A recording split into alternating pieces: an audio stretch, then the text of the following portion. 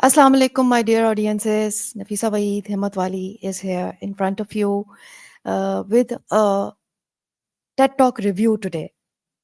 And this review is about Sugata Mitra's Future of Learning. Uh, First, I would like to tell you about who is Sugata Mitra. Uh, a small introduction is needed. Sugata Mitra is a professor at Newcastle University, and he is principal investigator and educational technology. Worldwide, he is known as expert of self-organizing systems. By training, he is a physicist, and his focus is on research on primary learning and internet. Since 1999, he is working on such experiments and researches.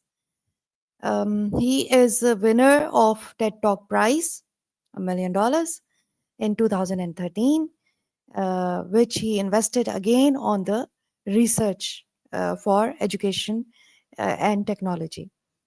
Um, he is advocate of minimally invasive education. So this is a small introduction that I came across, so I like to share with you people.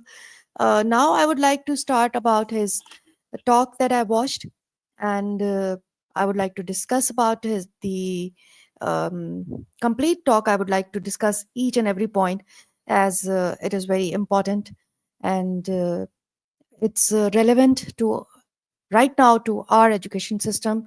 We need changes, and these changes can bring uh, more changes in the future of education and future of learning.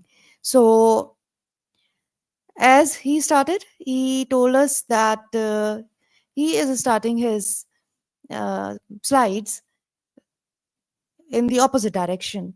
He started from the last one, not from the beginning. And in the last slide, he is saying that he has 4 points. I would like to discuss and share those 4 points. The slide he shared was about introduce internet to the education. Number one and most important point. Introduce complex dynamical systems and divide the existing curriculum into three parts. Allow the internet during examination. Ooh, so that's something very impressive. I really appreciate it. Um, he did an experiment 20 years back in India in a small village, and experiment was named as hole in the wall. Hole in the wall. And he did it on poor children uh, who didn't know English, and it was done in New Delhi 1999, where at that time people were not even much aware of computers and not at all aware of internet. So what he did, the experiment was to confront them with the device, and they wanted to see what happens next. People thought that it would not be possible to conduct such kind of experiment, as the children don't know about English language and they don't know about computers. So how they are going to take interest or do it? But uh, as they started the experiment, the children came across and they show interest, and they started engaging in the device, the computer that was placed in the wall. So he showed different videos of students who were around that area where the equipment was placed, and there was a buzzing sound, he said, and that buzzing sound created a huge noise.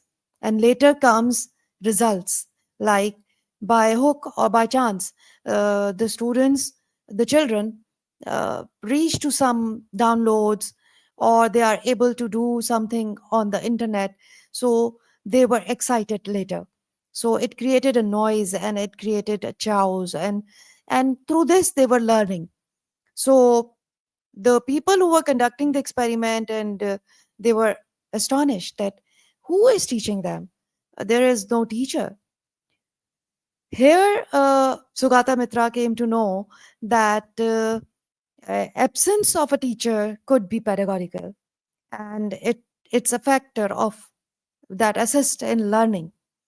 So he repeated the experiment many times in different areas, in different countries. He did them in England in a closed environment. Also, they insisted, so he did that.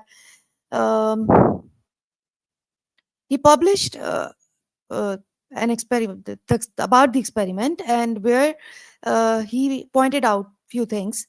Number one, the children were unsupervised. Number two, they were in heterogeneous groups. It was the sample, like they were boys and girls, and they were of different ages, and they access the internet through a large visible screen in a safe and public place. Uh, if these conditions meet, children are able to learn different things at their own, and they don't need any teacher or any kind of help.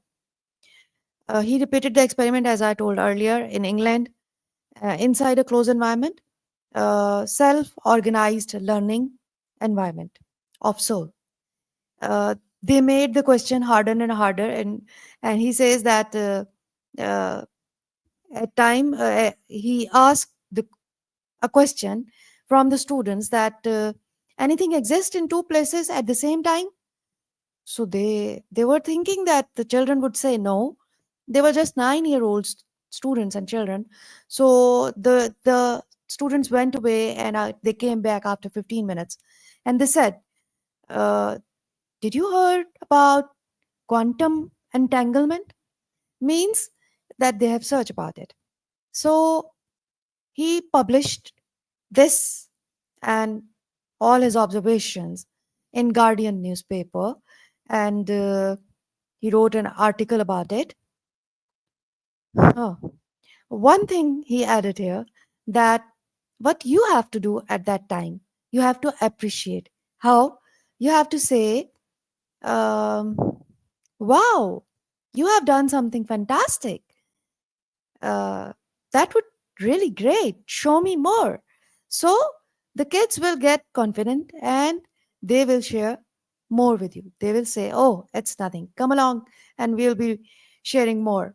So this method he called Granny's method, and he implemented it in his research. He said that we must use this method of grandmother. uh, about 600 to 700 people approached Sugata Mitra, and they used the granny method and named it the granny cloud. For this research, where he merged self-organized learning environment and the granny's method together, he won the prize that I told you earlier in 2013. Um, the school in the cloud is his new concept, where he worked for 4 to 5 years with different areas, with different people in India, in USA, in Holland, and in the underprivileged areas where he went and worked, where children were not aware of English, not aware of internet. So he used the method over there, and children started working in the same manner where he started earlier. Um, Now, in this 20 years of experiment, he said that he achieved three graphs only. These three graphs are: children can learn and use any devices at their own. That is the first thing he observed.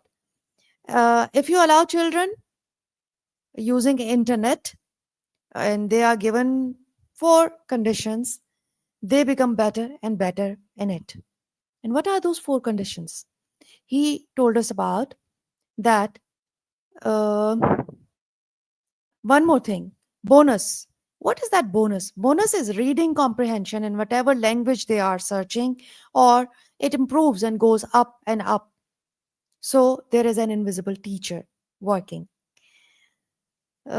He ended his note by asking question that if you have children and you guys use any device, anything with using internet correctly and use and understand and read, so where do you see your future of your children?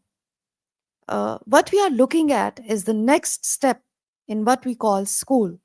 What should a teacher do, and what should be a school look like in a future which we cannot imagine? He said how we are going to prepare our children for that. So, what is the role of a teacher? He says that the teacher is a friend on this journey. He'll say, "You go there, and I'll be going there with you." That is only that the teacher has to confront with the children. He also told us about there are several problems, like, for example, assessments. Assessment problems he is addressing are outdated.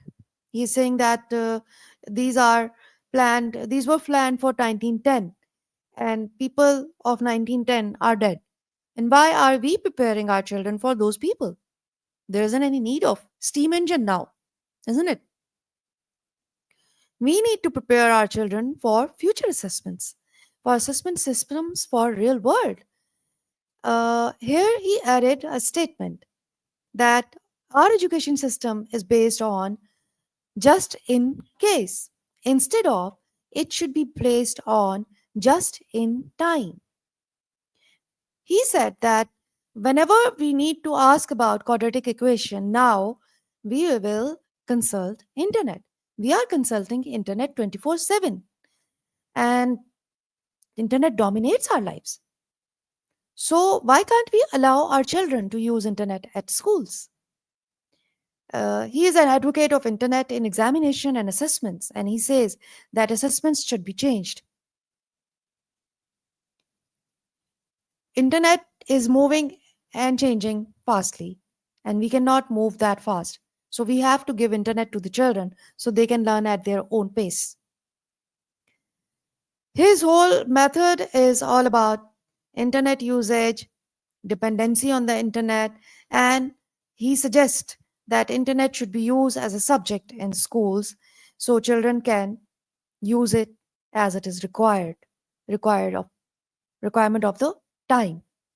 The role that physics had in 20th century, now it is being taken by the internet.